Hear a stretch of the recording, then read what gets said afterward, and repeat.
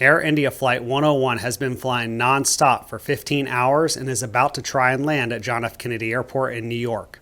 What would happen next would push the crew to their limits as they struggled to find an option to save all 370 passengers on board. Let's find out what really happened. Good morning, Air India 101, final 4 right. Air India 101, heading Kennedy Tower. Good morning, you're following an Embraer short final. Wind 040 at 4, RVR 3000, runway 4 right, clear to land.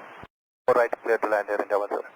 Okay, Air India 101 flight has just been cleared to land on runway 4 right at John F. Kennedy Airport. When the tower gave them that clearance to land, they told the pilots that the RVR, which is the runway visual range, was 3,000 feet. Now what this means is that as the pilots are flying the approach, they're really not going to see the runway visually until they're a little bit more than a half a mile from the end of the runway. Air India 101 going around runway 4 right. Air India 101, heavy, roger, fly runway, heading climb and maintain 2000. Runway heading 2000, Air India 101. So the pilots aren't able to land the aircraft, and they tell Tower that they're going around so Tower can sequence them back in with all the other aircraft. And this is just the beginning of their troubles. Air India 101, what's the reason for the missed approach? Unstable approach, Air India 101. An unstable approach is words that a pilot can use anytime they find themselves in a position where they're unable to land the aircraft. Now, this could be because they're too fast, they're too steep, maybe they're too shallow, whatever the case is, or even if they're just not ready in a safe position to land the aircraft, they're going to tell Tower it's an unstable approach. At this point, they haven't said anything about the weather. Air India 101, heavy, contacting your departure on 135.9, we'll talk to you in a few minutes. 135.9, good Air India 101. Approach, good morning, Air India 101, having Mr. Runway 4 right, maintaining 2000, heading 100. Air India 101 heavy, thank you, you're at contact. Turn right heading 180, altimeter 3011. Flight heading 180, altimeter 3011, Air India 101. Air India 101 heavy, ATIS is in summation November, expect ILS approach runway 4 right. November 4 right, Air India 101.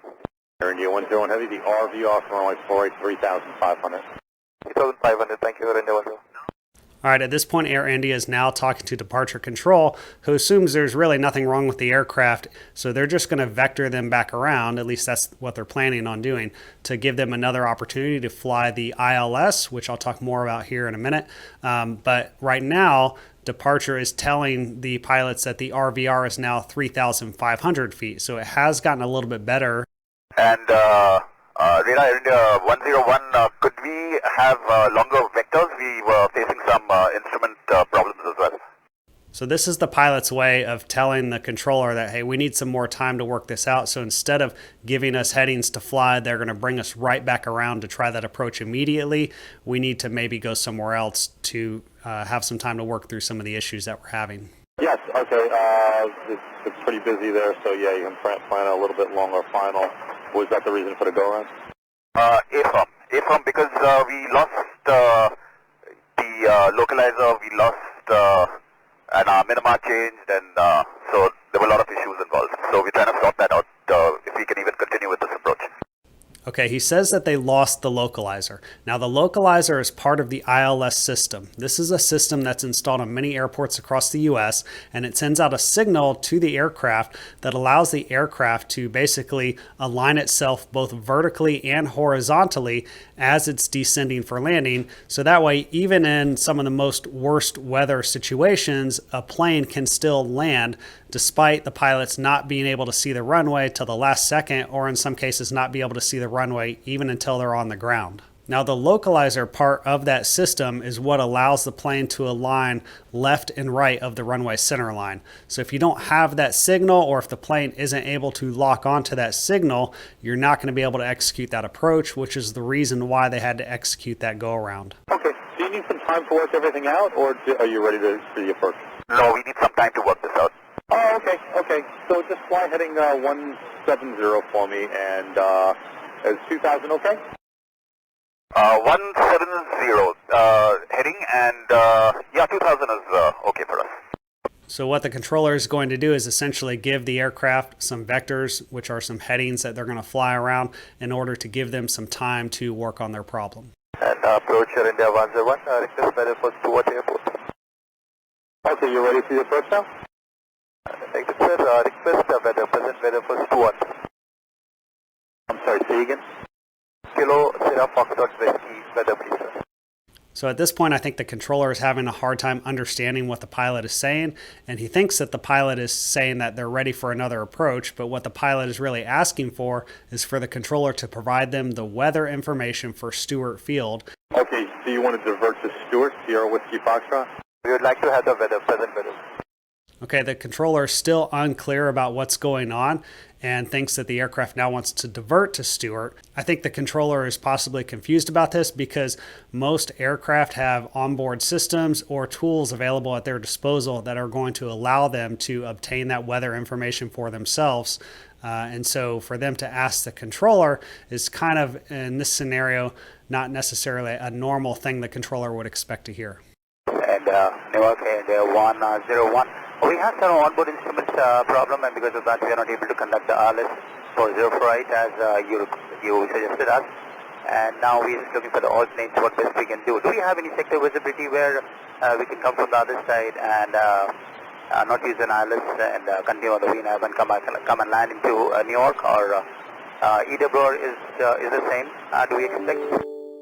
All right, so there's a lot going on in that radio call and a few things that you need to understand about how bad the situation is for these pilots right now. So first of all, Air India Flight 101, when they took off 15 hours ago from Delhi, looked at the weather in New York City and the surrounding areas, and it was good enough for them to land when they took off. However, they filed for an alternate airport, and what that means is if for some reason they can't land at JFK, they're going to land at Stewart Field. Now, the controller sees this information on their flight plan. So when the pilot starts asking about the weather at Stewart, the controller is just assuming that they are diverting to their alternate. Now, the pilot is trying to clarify everything that's going on here and basically saying, look, we have some instrument problems in our aircraft right now. And the pilot is asking the controller what the weather looks like on the other side of the field at JFK. It's possible that due to the fog layers or whatever issues that they're having, that they may be able to fly an approach coming in from a different direction that will allow them to land. And the pilot also mentions that it might be possible for them to fly the VNAV. Now, the VNAV is another type of approach that the pilots can fly instead of the ILS, but they're still going to need weather good enough to fly that VNAV approach, which is why he asked the controller about the weather at EWR. EWR is the airport identifier for Newark. Now, Newark sits really about 20-30 miles away from JFK, and so the pilot is saying, hey, I expect the weather there is probably the same as it is here, but he's asking the controller to verify that. Okay, hang on, fly heading 270 India 101 heading. Okay, 270. And we're just wondering if EWR is getting better, perhaps we can go to EWR if the cloud and the ceilings are better. Okay, well right now the weather that I have is showing indefinite ceiling 200 at Kennedy. RVR is 4,500, so that's gotten a little bit better. Okay, the controller is saying they have an indefinite ceiling of 200 feet at Kennedy.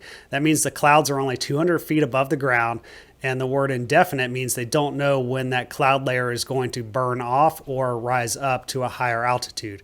And the RVR, as we've talked about earlier, is slightly improving again, so now it's 4,500 feet.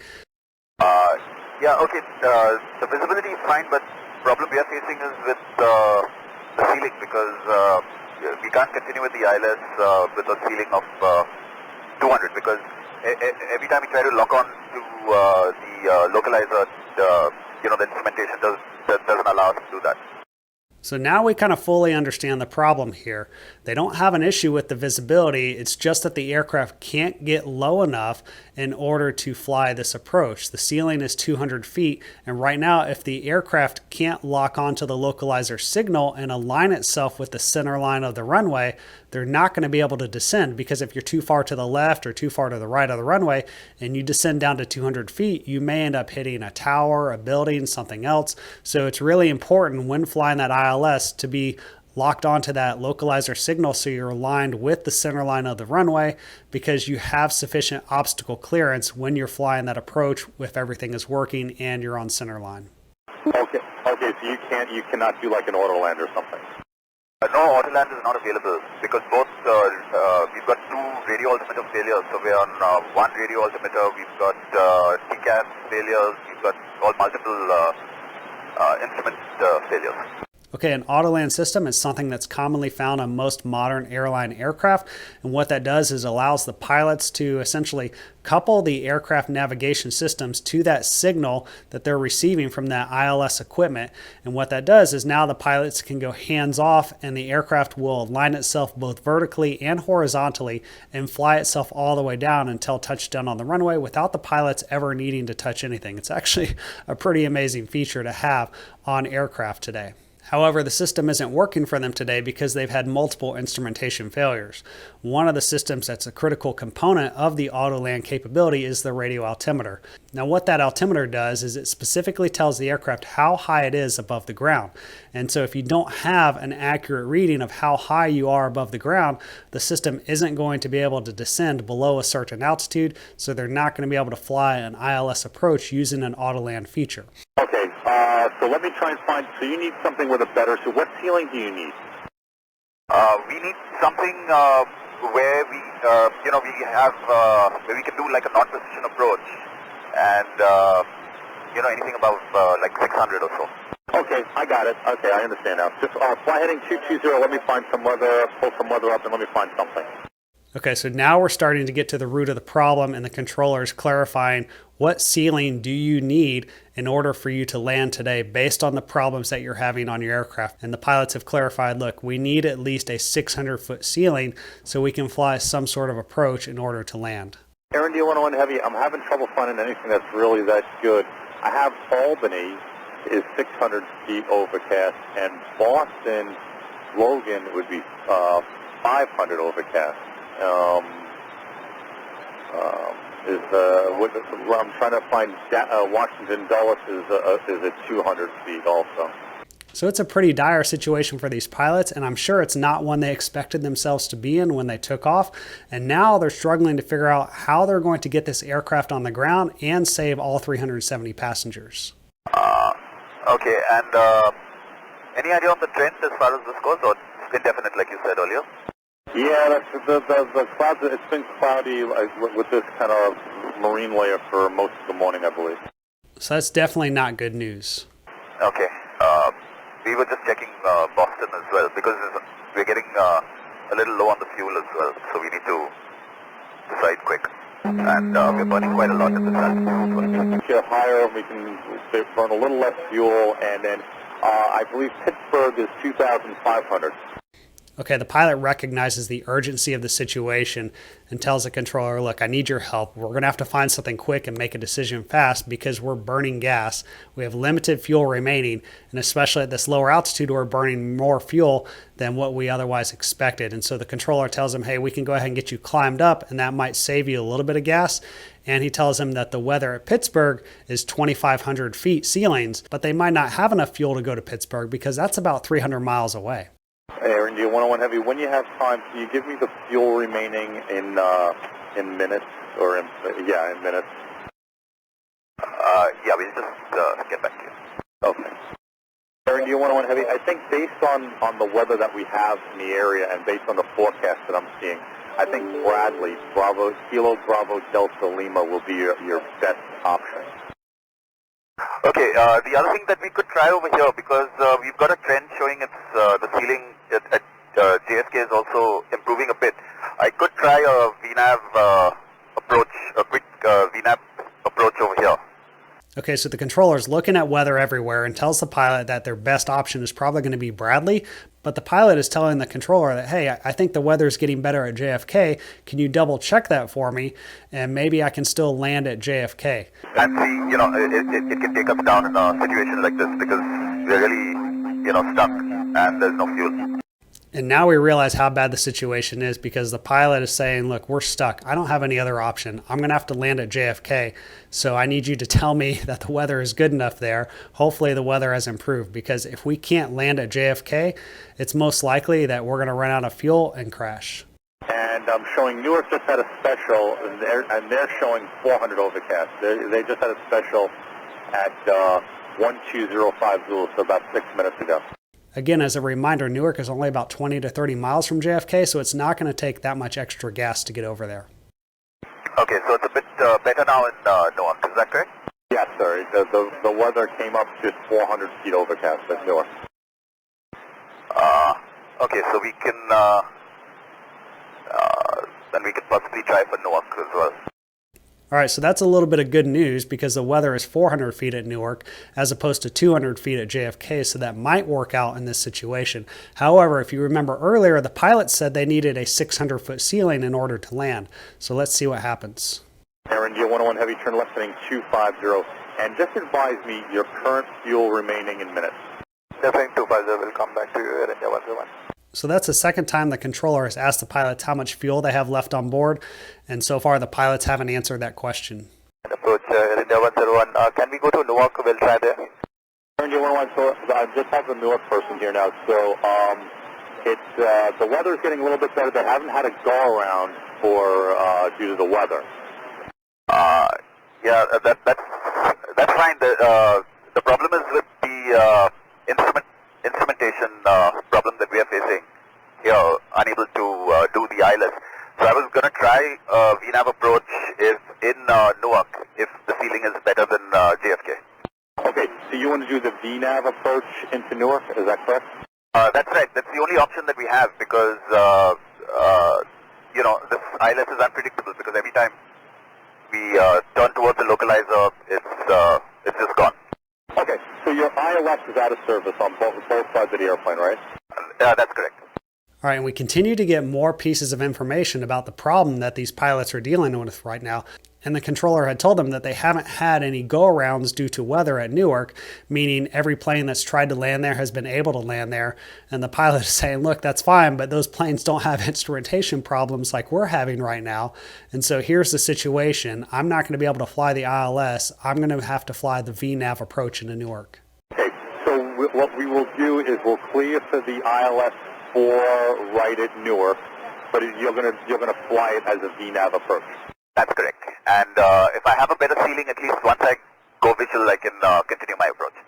Okay, so the controller is still going to clear them for the ILS into Newark, but the pilot is essentially going to set up his systems to fly that approach as a VNAV approach, meaning he's not going to rely entirely on the ILS signal. He's going to rely on other instrumentation on that aircraft to set himself up and begin that descent to an altitude where hopefully he can pick up the runway visually and continue the approach to land.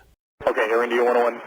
So just when you get a chance, give me the people on board and the fuel on board, please. We have total of 370 and fuel 7,200 kgs, Air India 101. That's not a lot of fuel left for a 777 aircraft. Air India 101 Heavy, I'll give you the latest special weather, 1120 Zulu at Newark. Wind 360 at 8, visibility 2, mist, few clouds at 200, ceiling 400, overcast, temperature 17, viewpoint 17 Kennedy, altimeter 3012.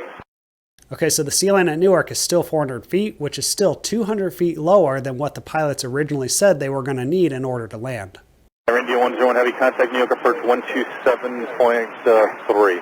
173, good sir, thank you very much. Approach, good morning, Air India 101, 3,000 feet, heading 280, maintaining speed 230. Air India 101 Heavy, New York approach, Roger, Newark altimeter 3012, and verify you have information kilo. 3012, kilo, Air India 101. Okay, 3012 is the altimeter setting that the pilots are going to have to set in their aircraft, so that way their altimeter is reflecting the accurate altitude that it should reflect in order for them to fly this approach. Air India 101 Heavy, you're 10 miles from Dillon, turn right heading 010, maintain 3,000 until stops from localizer, cleared ILS runway 4 right approach. Right heading 010 and 3,000 until established localizer, clear for the approach, Air India 101. All right, this is going to be the moment of truth. Is the weather going to be good enough for the pilots to get below and safely land? Air India 101 Heavy, contact Newark Tower 118.3. 18.3. Good morning, Air India 101, ILS 4 right. 101 Heavy, Newark Tower, good morning, 10205, only 4 right, clear to land. 4 right, clear to land, Air India 101. Air India 101 Heavy, emergency personnel will be standing by. Thank you, Air India 101. 101, go altitude alert, check altitude immediately, altimeter 0, pressure 3012. All right, that is not something that you ever want to hear Tower to make. Tower is basically telling the aircraft that they are getting a low altitude alert, indicating to the tower that the aircraft is way too low at this point and they need to check their altitude immediately. Having 301, sure, India 101. Okay, so we don't have any video from Newark Tower of the incident, but essentially what happened is as the plane was flying the approach, they had another malfunction which caused the plane to level off while they were still in the weather. The pilot flying the plane realized this. He had to manually disengage the autopilot and then aggressively push the nose over to continue the descent. However, going through 400 feet, the pilot was able to visually acquire the runway and then maneuver the plane into a position to land safely. As they were taxiing to the terminal, a huge rainstorm developed over the field, drastically reducing the visibility. So if the pilots had tried this approach just 10 minutes later, they most likely never would have seen the runway, and they probably would have ran out of fuel and crashed. And if you enjoyed this video, be sure to check out one of the other ones on my channel, and I'll see you next time on Pilot Debrief.